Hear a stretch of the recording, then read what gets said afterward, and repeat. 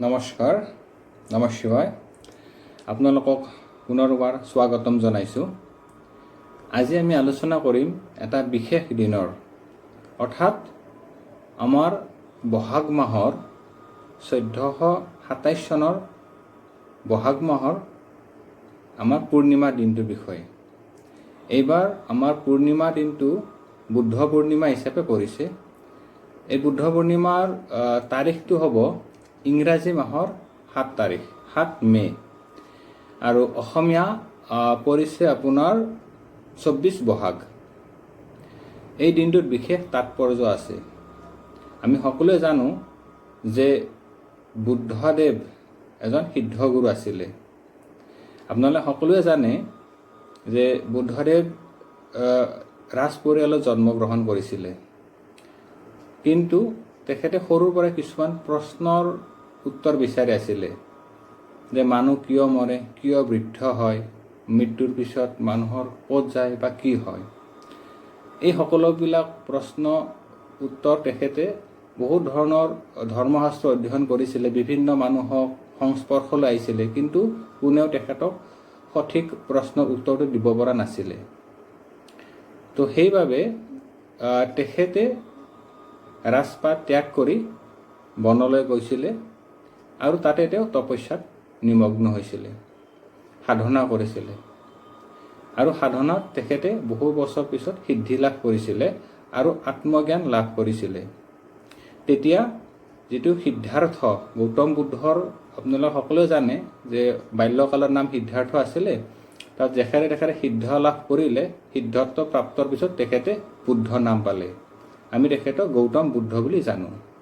বুদ্ধ মানে হৈছে যে আত্মসাক্ষাৎকাৰ লাভ কৰিছে, যে পৰম তত্ত্বলৈ গমন কৰিব পাৰিছে। আৰু তেখেতে যিডাল গছৰ তলত কঠোৰ তপস্যা কৰিছিলে, সেই গছডালক আমি বোধি বৃক্ষৰূপে জানো। আপোনালোকে সকলোৱে জানে।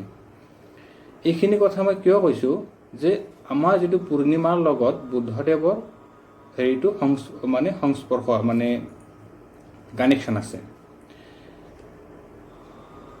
পূৰ্ণিমা শব্দ অৰ্থ কি? পূৰ্ণিমা হৈছে পূৰণ হোৱা। শুক্ল পূৰ্ণিমা, শুক্ল মানে পোহৰ, আৰু শুভ্ৰ পূৰ্ণিমা মানে পূৰণ হোৱা, অৰ্থাৎ পোহৰটো সম্পূৰ্ণ হোৱা।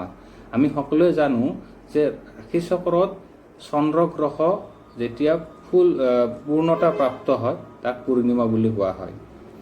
15 দিন চন্দ্ৰ ক্ষয় হয় আৰু 15 দিন চন্দ্ৰ পূৰ্ণ হয়। আৰু এই সময়খিনিত আমাৰ যিটো কস্মিক এনাৰ্জি বা ভগৱানৰ দৈৱ শক্তিসমূহ প্ৰচণ্ড ৰূপত থাকে। বুদ্ধদেৱে সেই দিনটোতে বা সেই তিথিটোতে তেখেতে সিদ্ধত্ব লাভ কৰিছিলে। সেইবাবে সেইটো বুদ্ধ পূৰ্ণিমা ৰূপে জনা যায়। সেই দিনটোৰ বিশেষ তাৎপৰ্য আছে। এতিয়া আমি এই পূৰ্ণিমাত কি কৰিব লাগে বা কি কৰিব নালাগে এইটো বিষয়ে আমি জানিম। এইবাৰ পূৰ্ণিমা আৰম্ভ হৈছে আপোনাৰ 6 মে', 23 বহাগ সন্ধিয়া ধৰক আপুনি 7:45 পৰা আমাৰ পূৰ্ণিমা তিথি আৰম্ভ হ'ব। আৰু এই পূৰ্ণিমা তিথিটো শেষ হ'ব আপোনাৰ 24 বহাগ 7 মে' আবেলি 4:15। এই যিটো সময়, এই সময়খিনি আমাৰ বাবে বহুত দৰকাৰী সময়। যদি এই সময়খিনিত আমি অকণমান ভগৱানক প্ৰাৰ্থনা কৰোঁ, তেতিয়াহ'লে আমাৰ জীৱনত সুখ, শান্তি, সমৃদ্ধি আমি লাভ কৰিব পাৰোঁ। এই পূৰ্ণিমা সময়খিনিত যিহেতু দৈৱ শক্তিসমূহ প্ৰচণ্ড ৰূপত থাকে, আমি সকলোৱে মিলি যিবিলাক মানুহে নিজৰ গুৰু আছে বা গুৰুৰ পৰা তেওঁলোকে মন্ত্ৰ দীক্ষা লৈছে, তেওঁলোকে মন্ত্ৰ জপ যদি কৰে, তেতিয়াহ'লে খুব সোনকালে তেওঁলোকৰ আত্মশক্তিসমূহ জাগ্ৰত হ'ব, বিভিন্ন গ্ৰহ দোষসমূহ নিবাৰণ হ'ব। আৰু যিসকল মানুহে গুৰু নাই বা এনে তেওঁলোকে পূজা কৰে, তেতিয়াহ'লে তেওঁলোকে যি ভগৱানক ভাল পায় সেই ভগৱানক প্ৰাৰ্থনা কৰিব পাৰে। যদিও পূৰ্ণিমাত সাধাৰণতে আমাৰ অসমত বিষ্ণু ভগৱানৰ পূজা বেছিকৈ চলে, নাৰায়ণ পূজা আমি বেছিকৈ কৰা দেখা যায়। আৰু নাৰায়ণৰ এটা অৱতাৰ বুদ্ধ বুলি ধৰা হয়। বুদ্ধদেৱক নাৰায়ণৰ এটা অৱতাৰ বুলিও আমি কওঁ। গতিকে আমি লক্ষ্মী প্ৰাপ্তি, মানসিক শান্তি, সমৃদ্ধি, উন্নতিৰ কাৰণে আমি পূৰ্ণিমাৰ সময়খিনি সদব্যৱহাৰ কৰিব লাগে। 23 বহাগ যিটো 6 মে' আপোনালোকে 7:45 পিছত নিজৰ ঘৰতে ধূপ চাকি জ্বলাই প্ৰাৰ্থনা কৰিব। আৰু 7 মে' বৃহস্পতিবাৰ যিটো পৰিছে, বাৰটো খুব ধুনীয়া বাৰ পৰিছে বৃহস্পতিবাৰ। আপোনালোকে ৰাতিপুৱা উঠি মন্দিৰত ধূপ চাকি জ্বলাই মিঠা বস্তু অৰ্পণ কৰিব। তুলসী পাতত চন্দন লগাই যদি বিষ্ণু চৰণত অৰ্পণ কৰিব পাৰে সকলোতকৈ শুভ হয়। তাৰপিছত আপোনালোকে বা কিছুমানে নাৰায়ণ পূজাত যিটো ভোগ বনাই দিয়ে, যদি পাৰে আপোনালোকে বনাই দিব পাৰে, নোৱাৰিলে যিকোনো মিঠা বস্তু আপোনালোকে অৰ্পণ কৰিব। ভগৱানৰ চৰণত প্ৰাৰ্থনা কৰিব, বিষ্ণুৰ মন্ত্ৰ বা সহস্ৰ নাম যদি পাৰে জপ কৰিব, মা লক্ষ্মীৰ প্ৰাৰ্থনা কৰিব। তুলসী পাত বিষ্ণু চৰণত অৰ্পণ কৰাৰ পিছত আপোনালোকে সেইটো সকলোৱে আনি খাব। তেতিয়া আপোনালোকৰ শৰীৰত ৰোগ প্ৰতিৰোধ ক্ষমতা বাঢ়ি যাব, আৰ্থিক দিশত উন্নতি হ'ব আৰু মানসিক শান্তি লাভ কৰিব পাৰিব। যদি পূৰ্ণিমা আমি পালন কৰোঁ তেতিয়াহ'লে আমাৰ ঘৰত লক্ষ্মীৰ আগমন হয়, শান্তি স্থায়ী হয়, বিভিন্ন দুখ দৰিদ্ৰতা আঁতৰি যায়। কাৰণ এই সময়খিনিত খুব পজিটিভ এনাৰ্জিসমূহ আমাৰ ওপৰত থাকে, আমি জাষ্ট কানেকশ্যন কৰিব লাগে।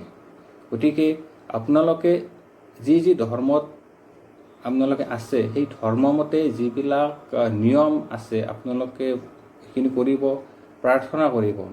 কাৰণ প্ৰাৰ্থনা, শ্ৰদ্ধা আৰু ভক্তি এইখিনিয়ে বস্তুৱে আমাক জীৱনত উন্নতি প্ৰদান কৰে।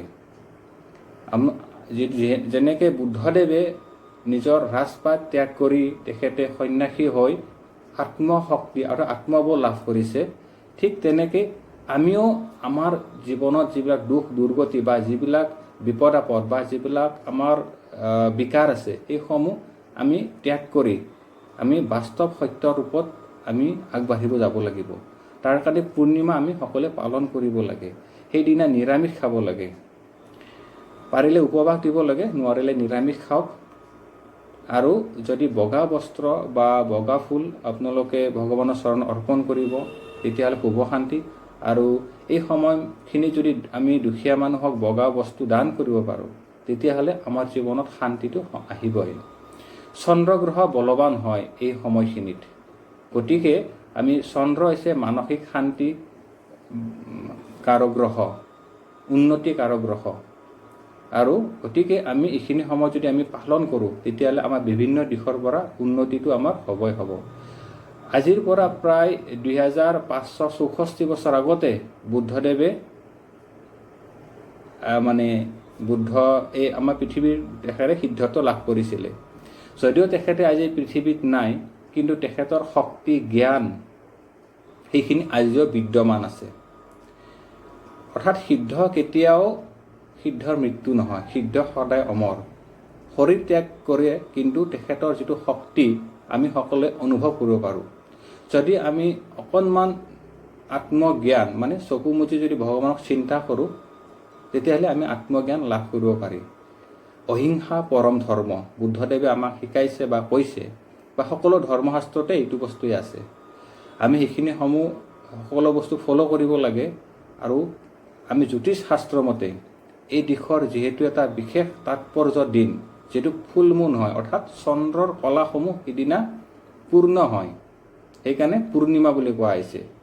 চন্দ্ৰ কৃষ্ণপক্ষত ক্ষয় হয় আৰু শুক্লপক্ষত পূৰ্ণ হয়, সেইকাৰণে পূৰ্ণিমা হয়। আৰু এইখিনি সময়ত আমাৰ সকলো দেৱ দেৱীৰ যিটো শক্তিসমূহ, যাক নিত্যা দেৱী বুলি কয়, প্ৰচণ্ড ৰূপত থাকে। আমি অকণমান সময় যদি ভগৱানক প্ৰাৰ্থনা কৰোঁ তেতিয়া আমাক বিভিন্ন ৰূপত আমি শক্তিসমূহ লাভ কৰিব পাৰোঁ। হয়তো আমি কিছুমানে অনুভৱ কৰিব পাৰোঁ ভগৱানৰ শক্তি, বা কিছুমানে নকৰিব পাৰোঁ, কিন্তু এইটো কাৰণ নহয় যে আমি ভগৱানৰ কৃপা আমি নাপাওঁ। আমাৰ ওপৰত ভগৱানৰ কৃপা সদায় আছে, কিন্তু আমি কানেকশ্যন কৰাটোহে দৰকাৰ। আপোনালোকে পূৰ্ণিমাৰ দিনা উপবাস পাৰিলে কৰিব, নোৱাৰিলে নিৰামিষ আহাৰ গ্ৰহণ কৰক। ৰাতিপুৱা বিষ্ণু মন্দিৰত ধূপ চাকি জ্বলাওক। তুলসী পাত দিয়ক, বগা ফুল দিয়ক, চন্দন লগাই দিয়ক আৰু সেইসমূহ আপোনালোকে তুলসী পাতখিনি গ্ৰহণ কৰিলে আপোনালোকৰ বিভিন্ন উন্নতি হ'ব। আৰু যদি ভাবে আপোনালোকে যে মই লক্ষী কৃপাটো লওঁ, মা লক্ষীক প্ৰাৰ্থনা কৰক। আৰু আৰ্থিক ক্ষেত্ৰত উন্নতিৰ কাৰণে তুলসী পাত যেতিয়া চন্দন লগাই আপুনি বিষ্ণু চৰণত অৰ্পণ কৰিব, সেই বস্তুটো পিছত আপুনি লৈ আহিব পূৰ্ণিমা শেষৰ পিছত আনি বগা কাপোৰেৰে বান্ধি আপোনালোকৰ যিটো পইচা থোৱা ঠাই, গডৰেজ হওক বা য'ত আপোনালোকে পইচা ৰাখে, তাত আপোনালোকে এই বস্তুটো এটা পইচাৰ লগত বান্ধি থৈ দিয়ক।